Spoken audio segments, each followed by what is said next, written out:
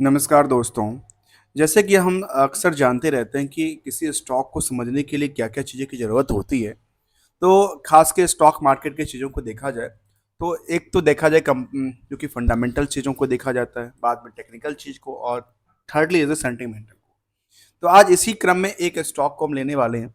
इस स्टॉक की जो फंडामेंटल है बेसिकली क्या है, वो एक बिज़नेस मॉडल है उसका एग्रीकल्चर से रिलेटेड बिज़नेस मॉडल है। बासमती राइस का आपने नाम सुना होगा, साथ में ग्रीन एनर्जी पे भी कामकाज करती कंपनी है। अर्थात एक के अलावा दूसरे सेक्टर में भी कामकाज करती है। और स्टॉक में जो देखने को मिलती है, एक ट्रेंडिंग की तरफ देखा जाए, तो ट्रेंडिंग दर्शाती है कि लगातार स्टॉक में एक स्विंग करती नज़र आती है, जहाँ पे एक थोड़ा-सा गिरावट था।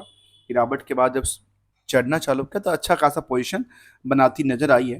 तो चलिए आज क्योंकि देखिए यहाँ पे हमेशा कभी ना कभी शेयर का प्रेशर रहता है। सेलर के प्रेशर के बाद भी स्टॉक ने एक जंप लगाती हुई नजर आती है। तो आज इसी पे हम चर्चा करने वाले हैं, आखिर इस स्टॉक के बारे में।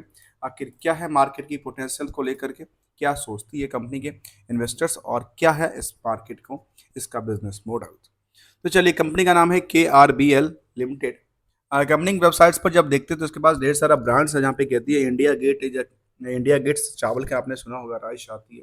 इंडिया गेट क्लासिक है, इंडिया गेट स्वीट्स है करके है। इसके बाद बिरयानी स्पेशल्स है, प्रीमियम्स, मतलब ढेर सारा। इसके बाद डेली रेंज के लिए बासमती राइस है, डेली इकोनॉमिक बासमती राइस है, रीजनल राइस है, हेल्थ रेंज की है।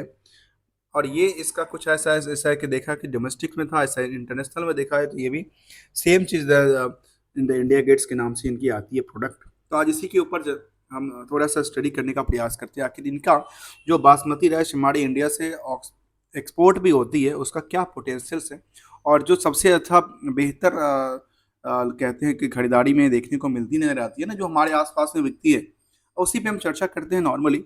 तो चलिए आज इसी पे चर्चा करने का प्रयास करते हैं। आज की लैंडिंग में जानते हैं इस स्टॉक के बारे में। सबसे पहले देखा जाए स्टॉक की, एक नज़र डाल देंगे इसकी रिटर्न की तरफ, क्योंकि रिटर्न रिटर्न ही एक इफेक्टेड करता है किसी कंपनी को लेकर के। तो पिछले 5 साल में उतना ज़्यादा ग्रोथ नहीं देखने को मिला, क्योंकि ये ग्रोथ के बाद क्या हुआ, स्टॉक में थोड़ा सा रैली थी, तो रैली के बाद थोड़ा सा बिकवाली का मौसम देखने को मिला इसमें। एक साल में इसमें गिरावट का माहौल देखने को मिला, लेकिन इसका 5 साल का क्या डेटा है, 5 साल में मैक्सिमम 5 साल से ज़्यादा के डेटा को देखेंगे तो लगेगा जो अच्छा ये तो 5,000% से ज़्यादा का इंक्रीमेंट कर रखा है स्टॉक में। आखिर क्या है रिसेंटली, क्या है इसके एक्सपेक्टेशंस, चलते हैं।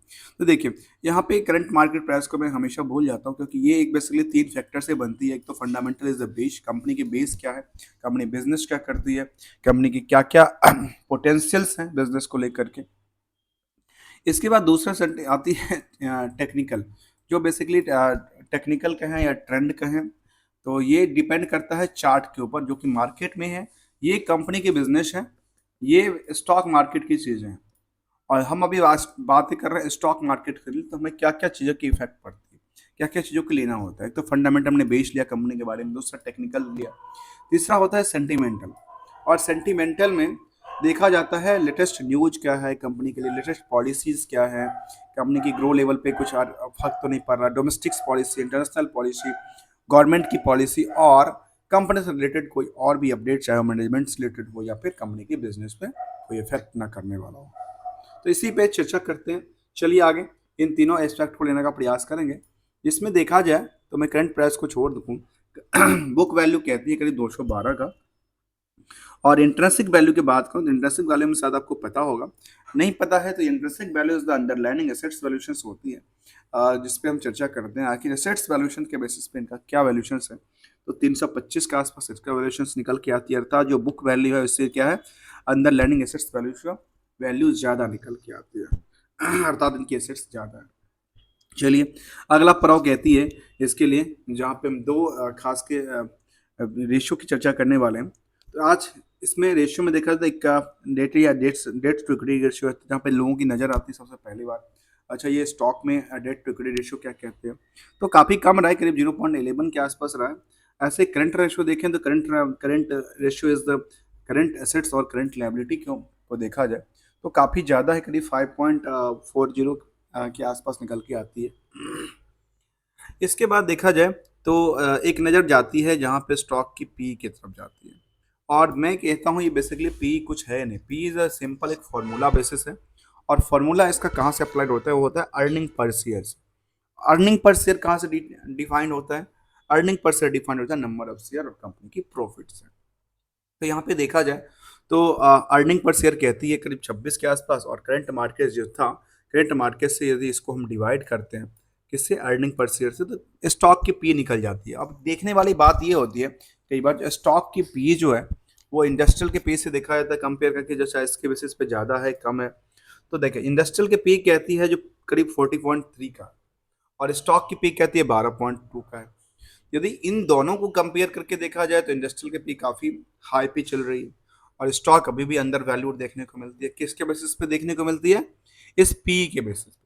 लेकिन एग्जैक्टली पी के बेसिस पे बिल्कुल नहीं चेक करना चाहिए, क्योंकि पी के बेसिस पे उससे पहले एक सेगमेंट वाइज देखना चाहिए कि आखिर जिस कंपनी से हम इसको कंपेयर करते हैं नजर आते हैं, या जिस सेगमेंट से कंपेयर करते हैं नजर आते हैं, उसका सेगमेंट वाइज में क्या निकल के आती है। क्योंकि हो सकता है क्योंकि कंपनी का अलग अलग बिजनेस है, क्योंकि कंपनी के वेबसाइट पर जब देखते हैं तो कंपनी ने क्या कहा, हमारे पास हम ये तो राइस का काम कारोबार करते ही हैं, आजकल हम एनर्जी सेक्टर में भी काम काज करते हैं। तो दोनों का सेक्टर का अलग अलग, यदि कंपनी का यहाँ पे इंडस्ट्रियल पे देखें तो कंपनी इंडस्ट्रियल एक बकेट के अंदर एक ही में फॉल कर जाती है। लेकिन उसको यदि राइस मैन्युफैक्चरिंग और राइस प्रोसेसिंग में देखा जाए तो उनमें और कंपनी से कंपेयर करके देखना चाहिए उनका पी के सेगमेंट वाइज पी क्या कहता है और इनका सेगमेंट वाइज पी क्या कहता है, तभी जाके एग्जैक्टली पता चलता है।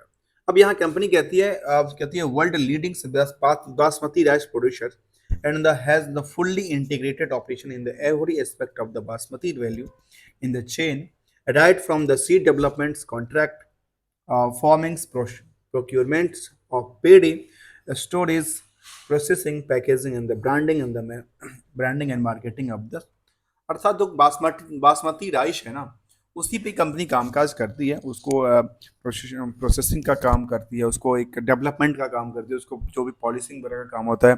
और ये जो कि पैडी होता है, अर्थात जिसको हम कहते हैं हिंदी भाषा में धान कहते हैं शुद्ध भाषा में, तो धान पे धान की खरीदारी करती है, धान के उपजाऊ के लिए काम काज करती है, जो बासमती से ज़्यादा राइस इनके पास मैन्युफैक्चरिंग होके आए। चलिए आगे चलते हैं। जहाँ पे आरोशी कहते हैं करीब 15.8, तो उस पे से देखा तो आरोही बेरी करीब करीब 12.5 के आसपास है। डिविडेंड डेल का बात करें, डिविडेंड डेल बहुत ज़्यादा नहीं रहा, 0.32% का रहा है। और जो फेस वैल्यू है इस कंपनी के पर केवल ₹1 का। नंबर ऑफ शेयर जो है करीब 22 करोड़ के आसपास है, जिसको करंट मार्केट प्राइस से आप मल्टीप्लाई करेंगे तो करंट मार्केट कैप निकल के आ जाती है। इसमें भी कुछ ऐसा बड़ा लॉजिक नहीं है, सबके सब फॉर्मूला बेसिस है। इसके बाद एक चीज़ और आती है जहाँ पे प्रमोटर्स होल्डिंग की बात करते हैं, जहाँ प्रमोटर्स होल्डिंग में कहती है करीब 60% है। अब प्रमोटर की अच्छी बात है, कोई प्लेज नहीं किया है, प्रमोटर को ऐसे पैसे की जरूरत नहीं पड़ी। और अभी बुक वैल्यू के बेसिस पे देखा जाए, प्राइस टू बुक वैल्यू, तो करीब 150% का ही जंप किया है, बहुत ज़्यादा पुल बैक नहीं था, 1.5 टाइम्स मान लेते हैं इसको। तो यदि स्टॉक पी के इंडस्ट्रियल पी से कंपेयर करेंगे तो क्या निकल के आती है, नियरली ये निकल के आती है कि 3 गुने से ज़्यादा, अर्थात 3.5 टाइम्स जब अभी ये अंडर वैल्यूड देखने को मिलती नजर आती है। यदि ये 3.5 टाइम्स अंडर वैल्यूड है, अर्थात मैं मानिए 3-4 हज़ार रुपये के आसपास जाना चाहिए इसका स्टॉक प्राइस। इसके बेसिस पे, किसके बेसिस पे कह रहा हूँ, इंडस्ट्रियल के पी पे। लेकिन इंडस्ट्रियल पी से पहले से कंपेयर करना चाहिए सेगमेंट वाइज में, तो हम ट्राई करेंगे इसको सेगमेंट वाइज देखने के लिए। इसका अभी तक जो हाई गया है अभी तक का 471 पे गया है, लो का साइड देखा तो 258 तक गया है। अब एक चीज़ हमने और लिया, और वो डेटा ये है, तो किसी भी कंपनी को हम बैलेंस शीट को और पीएल को कैसे आकलन करें, तो इनका मार्केट में पैसा क्या फंसा हुआ है और क्या पैसे की जो कैश फ्लो है वो कितनी अटकी पड़ी हुई है। जहाँ पे देखा जाए हमने लिया एयर वर्सेस सेल्स का लिया, एयर वर्सेस प्रॉफिट का लिया, डिटर्स डे का लिया, तो उनके पास ये तीनों के तीनों अच्छे नज़र आते हैं, क्योंकि ये देखने को आती है जो टोटल सेल्स जितना हुआ उसका 6% ही मार्केट में पैसा लगा हुआ है। इसके बाद अर्थात ट्रेड रिसीवेबल्स में पैसा है। एयर वर्सेस प्रॉफिट को देखा जाए तो प्रॉफिट जितना है, प्रॉफिट का 51% मार्केट में पैसा फंसा हुआ है। मतलब इससे जितना प्रॉफिट है, प्रॉफिट से ज़्यादा पैसा नहीं फंसा हुआ है। इसके बाद जो डेटर्स की डे है वो 20 दिन में इनके पास पैसा दे देता है, ये भी इनके लिए अच्छी चीज़ है। तो चलिए इसी के रेंज पे हम चलने का प्रयास करेंगे, एक नज़र पीयर्स की तरफ ढालने का प्रयास करते हैं कि पीयर्स क्या कहना चाहती है इस कंपनी के बारे में, जिसका नाम था केआरके। और इसका जो आप देखेंगे वेबसाइट पे, ढेर सारा प्रोडक्ट और ब्रांडेज हैं जो कि हमारे आसपास में, आपके आसपास में चलती है, और वो ब्रांड्स मार्केट में लिस्टेड है। इसीलिए हम चर्चा करने का विषय लेके आए। अब देखा जाए तो यहाँ पे जो कि इनकी पीयर्स में कुछ कंपनी का नाम निकल के आते हैं, जहाँ पे करीब 65 कंपनी को एक इन्होंने बकेट बना रखा है। उसमें देखा गया कि 40 का इस पास पी निकल के पी रेशियो है। उसमें सबसे कम देखने को मिलती है किसका, ए के आर बी का निकल के आता है, ठीक है, 12.18 के आस 18। और उसके बाद निकल के आती है किसका, उसके बाद निकल के आती है अवंती फूड्स के लिए, फीड के लिए। तो चलिए यहाँ पे इसको कंपेयर कैसे करें किसी स्टॉक को, क्योंकि इनका सेगमेंट वाइज जो होगा, उनका सेगमेंट वाइज शायद ये है या नहीं है, कि उसी बेसिस पे कम मार्केट पॉजिटिव करता है। और मार्केट में ये डायरेक्टली, मैं ये कहता हूँ, ये जो चीज़ें हैं ना वो डायरेक्टली इफेक्ट नहीं करती, क्योंकि एक फंडामेंटल के लिए ना अलग अलग एस्पेक्ट होते हैं, जहाँ पे एक इंडिकेटर ये भी कहता है, दूसरा इंडिकेटर डेट्स टू इक्विटी भी कहता है, कि उनका डेट्स हमने कहा ज़्यादा है कम है। और तीसरा इंडिकेटर ये भी कहता है, जो हमने इसका कैश फ्लो को लेकर बनाया था, जहाँ पे आर ओ सी को लेकर दिया दिया था, जहाँ पे सेल्स के बेसिस पे या प्रॉफिट के बेसिस पे हमने कंपेयर करने का प्रयास किया। तो ये सब के सब इंडिकेटर है, अलग अलग इंडिकेटर अलग अलग तरह से काम करते हैं। तो इसमें देखा जाता है कि किससे किसको कंपेयर किया जाए, ये एक बेहतर हो सकता है सबके अंदर। तो इसलिए पीयर्स का एक बकेट रखा जाता है कि अच्छा, पीयर्स के टोटल लिस्ट ऑफ कंपनी में, हाँ इसका पे थोड़ा सा कम है, इसका पे ज़्यादा, तो उस पर जाकर के रिसर्च किया जा सकता है। चलिए अब हम चलते हैं कि क्वार्टरली रिजल्ट में, और क्वार्टरली रिजल्ट इसके बारे में देखा जाए, अभी तक का जो डेटा है क्वार्टरली रिजल्ट में, वहाँ पे लगातार क्या हो रही है, लगातार एक ग्रोथ लेवल थी। और ग्रोथ लेवल में फिलहाल जो मार्च 24 वाला कुछ पोजीशन था इस समय, यहाँ पे इस क्वार्टर में आके थोड़ा सा गिरावट का देखने को मिला। लेकिन कई बार ये सीजन टू सीजन भी होता है ना, क्योंकि धान जो धान की फसल होती है एक सीजन में तो होती, मतलब सारे सीजन में तो होती नहीं है, कुछ एक सीजन में होती है, फिर उसका मैन्युफैक्चरिंग प्रोड्यूसन उस पर प्रोसेस का काम होती है, फिर उसके सारे पैकेजिंग और बाकी सारे काम होती है। तो अलग अलग क्वार्टर में देखा जाए अलग अलग सेल्स हो सकती है, तो ये सेल्स का डेटा है बेसिकली। तो उसके हिसाब से देखा जाए तो यहाँ पे टोटल प्रॉफिट की तरफ देखें तो नेट प्रॉफिट में करीब 114 करोड़ का रहा। और इसका ऑपरेटिंग प्रॉफिट मार्जिन क्या है इस कंपनी को लेकर के देखा जाए, ऑपरेटिंग प्रॉफिट मार्जिन करीब 14 से 15% की एवरेज निकल के आती है। ऐसे ईयरली डेटा पे चलें तो ईयरली डेटा कहती है नियरली अबाउट द सबसे टॉप पे देखने को मिलती नजर आती है अभी तक के सबसे सेल इनका लगातार, मतलब जो सेल्स है ना, जो कस्टमर तक पहुंच है, वो पहुंच क्या है, लगातार बढ़ती नजर आती है।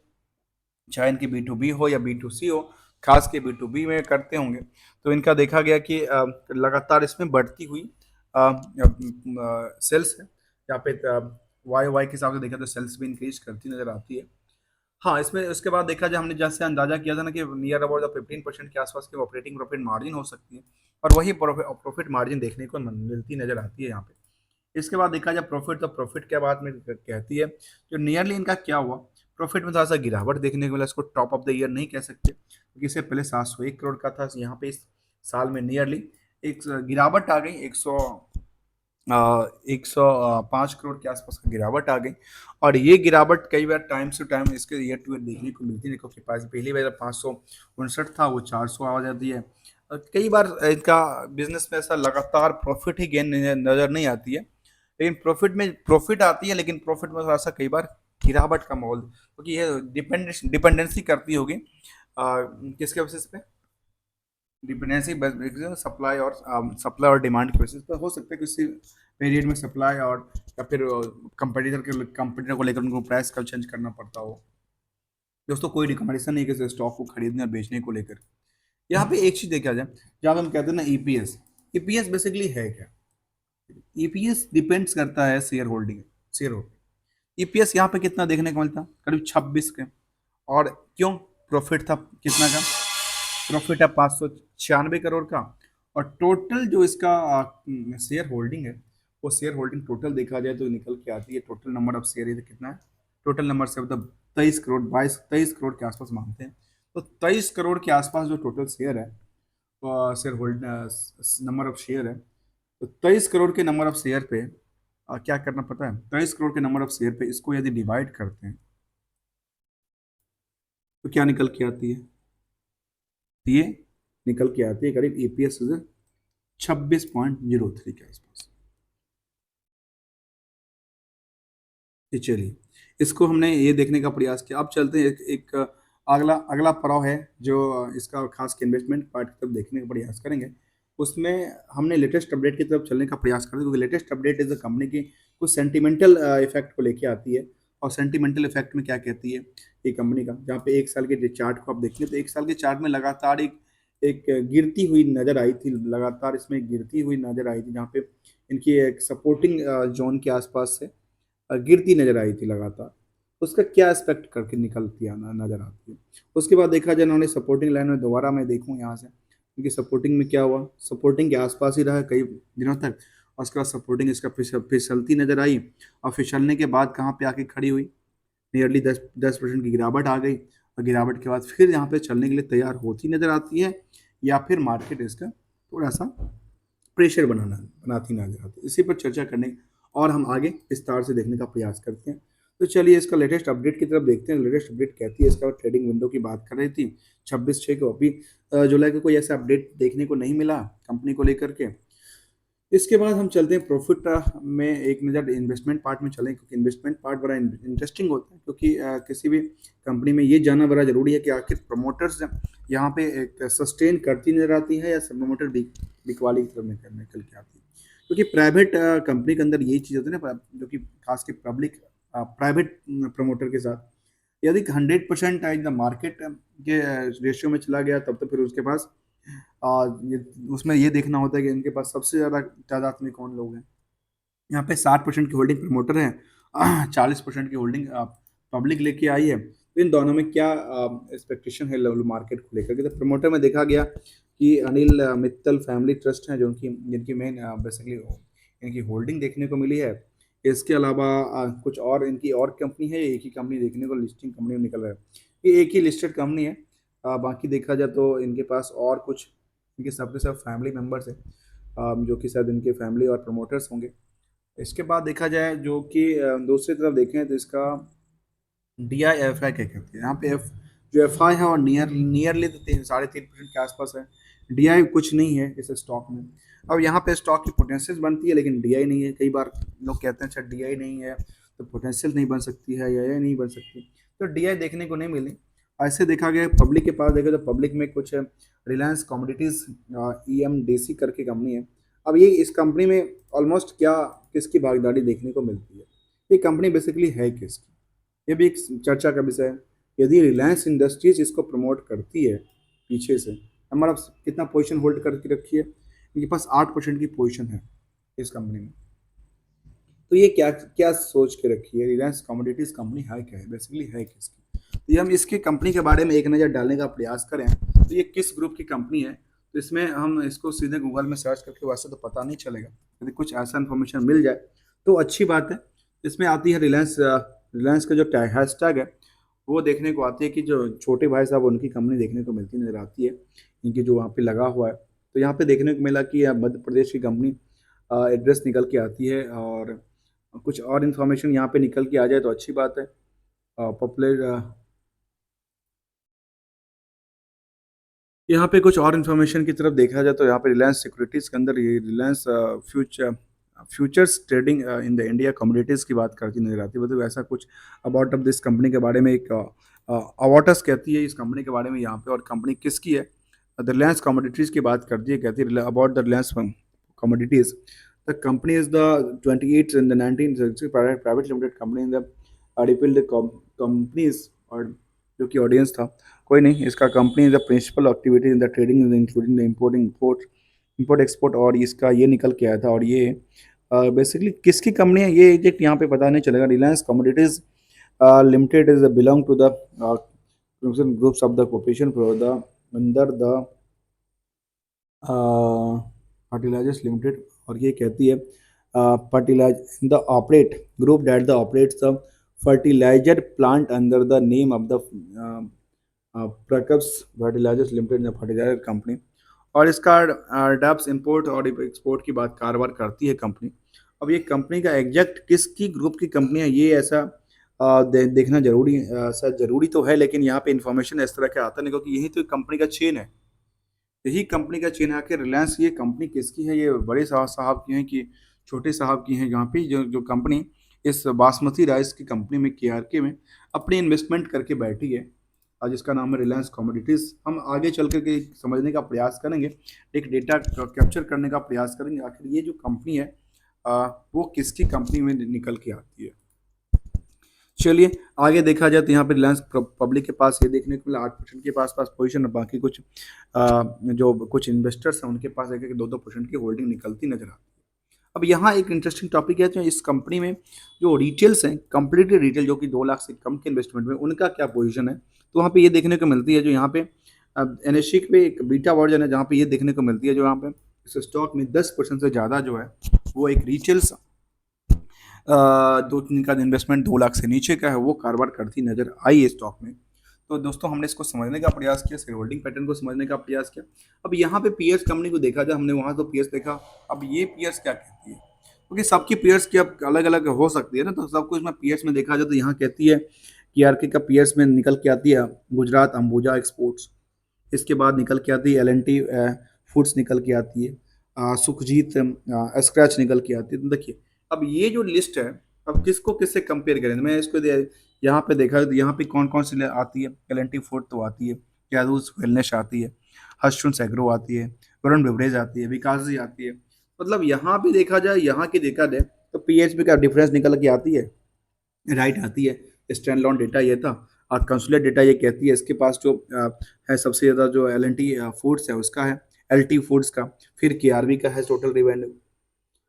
तो ये टोटल रिवेन्यू के बेसिस पे देखा जाए तो टोटल रिवेन्यू के बेसिस पे प्रॉफिट का किसका किसका पार्ट रहा, देखिए इसका टोटल रिवेन्यू पे जो एल टी फूड्स का था वो थोड़ा कम रहा, इसका जो रिवेन्यू कम होने के बावजूद भी प्रॉफिट मार्जिन अच्छी रही। ये एक एस्पेक्ट निकल के आती है, आप कहाँ से किसको कंपेयर करें, किस सेक्टर से कंपेयर करें और कौन सी कंपनी से कंपेयर करें, ये एक बड़ा इंपॉर्टेंट टॉपिक होता है मार्केट को लेकर के। इसीलिए हम कहते हैं ना कि जो पीयर्स वाले जो यहाँ पे जो पी आता है, ये पी बेसिकली एग्जैक्टली नहीं होता, क्योंकि पी के लिए आपको सेगमेंट वाइज रिसर्च करना पड़ेगा, सेगमेंट वाइज देखना पड़ेगा, जो इस कंपनी में सेगमेंट वाइज में किसका ज़्यादा ग्रो लेवल है, उसके हिसाब से यदि उस बिजनेस में कोई इन्वेस्टेड है तो उसका क्या पोटेंशियल निकल के आती है मार्केट को लेकर। इसके बाद कुछ और अपडेट की तरफ देखें तो अपडेट में कुछ ऐसा अपडेट निकल के आते हैं, तो फिलहाल ऐसा कोई अपडेट निकल के नहीं आती कंपनी में लेटेस्ट की तरफ। तो इसका चार्ट लगातार क्या कहती है, चार्ट ये कहती है कि लगातार एक गिरती हुई चार्ट थी, और गिरती हुई चार्ट में फिलहाल कब से ट्रेंडिंग चालू हुआ है, इसका देखा जाए तो फिलहाल जो कि मार्च के बाद इसमें ट्रेंडिंग स्टार्ट हुआ था एक बिग बुल के साथ। उसके बाद मार्केट ने लगातार इसमें एक सपोर्टिंग और रेजिस्टेंस की बात करती नजर आई। इसको चर्चा हम करते हैं एक सपोर्टिंग रेजिस्टेंस की तरफ। फिलहाल इस क्वार्टर के हिसाब से यदि यहाँ तक गिरती तो कोई, अब ट्रेंडिंग कुछ दिनों का होता है, कुछ ट्रेंडिंग टॉपिक का होता है। अब यहाँ पे एक मैंने लिया जहाँ पर देखने को मिलता है कि एक प्राइस पे लगातार स्टॉक ने क्या किया है, इस प्राइस पे लगातार स्टॉक ने आकर के जमी है, यहाँ से ज़्यादा गिरा नहीं, ज़्यादा से चढ़ा नहीं। एक प्राइस ये निकल के आती है, दूसरा ये निकल के आती है हायर टू हायर साइड के लिए, जहाँ पे इस प्राइस के आसपास लगातार स्टॉक ने कई बार कामकाज किया है। अब फिलहाल यहाँ पे ये देखने को मिलती है इस प्राइस को ये तोड़ती नजर आती है अपनी रेजिस्टेंस को, तो फिर रेजिस्टेंस को तोड़ती नजर आती है तो मार्केट क्या बुलिश होती हुई नजर आती है। दोस्तों कोई रिकमेंडेशन नहीं है, आप इसको बिल्कुल अच्छे से इंडिकेटर लगा करके रिसर्च करके देखिए कि आखिर क्या पोटेंशियल कहती है मार्केट को लेकर के। तो हमने समझने का प्रयास किया किसी ब्रांड को लेकर के, जो हमारे आसपास की चीज़ें होती है जिसमें कि बासमती राइस की एक बड़ी ब्रांड्स है मार्केट में, उसकी हम ब्रांड की चर्चा कर रहे थे आज, और इसमें कुछ ऐसी अपडेट्स तो लेटेस्ट निकल के नहीं आई। दोस्तों वीडियो अच्छा लग रहा तो लाइक से सब्सक्राइब करना ना भूलना। Thank you so much for joining है दोस्तों।